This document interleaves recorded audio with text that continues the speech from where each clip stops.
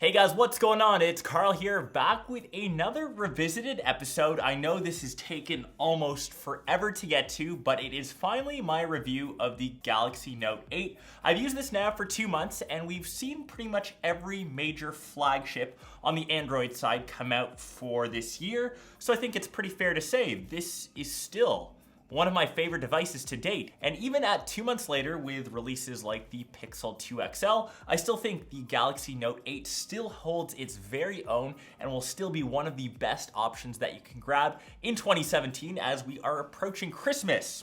So the Note 8 is not perfect. There are a couple compromises that you have to have. The first, of course, is the fact that it doesn't run stock Android.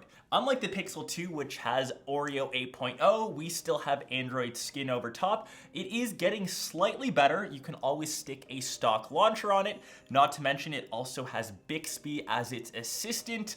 I'm not even gonna get into the details on that end. Use Google's voice assistant. I haven't even updated Bixby yet.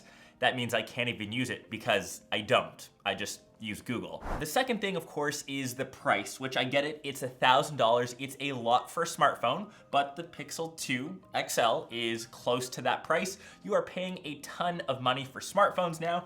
We're at a time where $1,000 for a high-end smartphone is a thing. And some of you might say the S8 Plus is probably the better option. There are a few features that differentiate them. Obviously, the S8 Plus is cheaper. The Galaxy Note 8, of course, has the S Pen, but to tell you the truth, in the 2 months that I've used it maybe 2 times, maybe once a month, just to show friends. It's definitely a cool thing to have. It won't make or break your choice when buying this phone, but another little thing is the 0.1 inch screen size. 0.1 inches makes a difference. So I think here the showstopper for the Note 8 has to be the display, and is hands down the best display that you can get on a smartphone to date. It might be a tad bit oversaturated, say you're coming from an iPhone or an LCD panel, but the first thing any iPhone user that looks at this guy says, damn, that's a good looking display.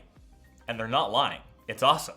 So a 6.3 inch Super AMOLED display, it is almost edge to edge, which is synonymous with most phones now in 2017. It is gorgeous to look at. For the piece of tech that you interact with most, you're usually staring at your smartphone, which of course is mostly the screen. I'm usually on this 5 to 6 hours a day. It is a pleasure to use, and I absolutely love using this for all things media consumption, doing my email, social media.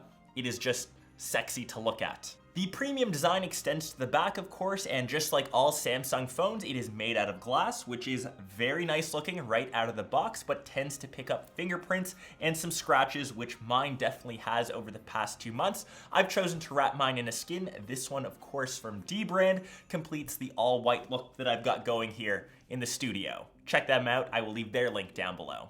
And also, just like the S8 lineup, we have the strange fingerprint sensor right by the cameras, and as this phone is slightly larger, it makes it almost impossible to reach with one hand unless you have Shaq-sized fingers. Of course, I would have loved to have seen this in the middle, but that's just one of those extra compromises that you have to make.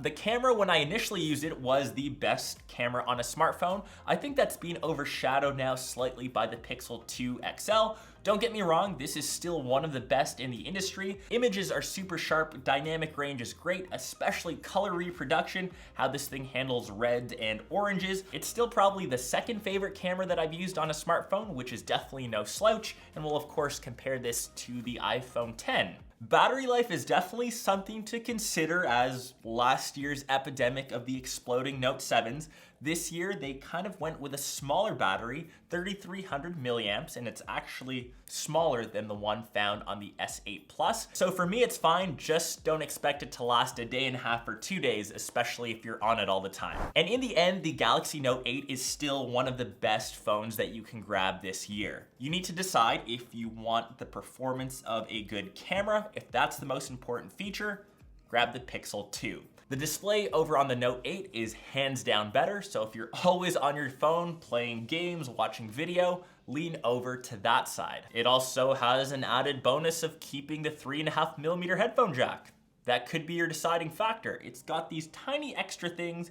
You have to make those tiny compromises, not having stock Android, having a weird fingerprint sensor placement. It also has the S Pen, which is kind of what has differentiated the Note series, just in case you use it.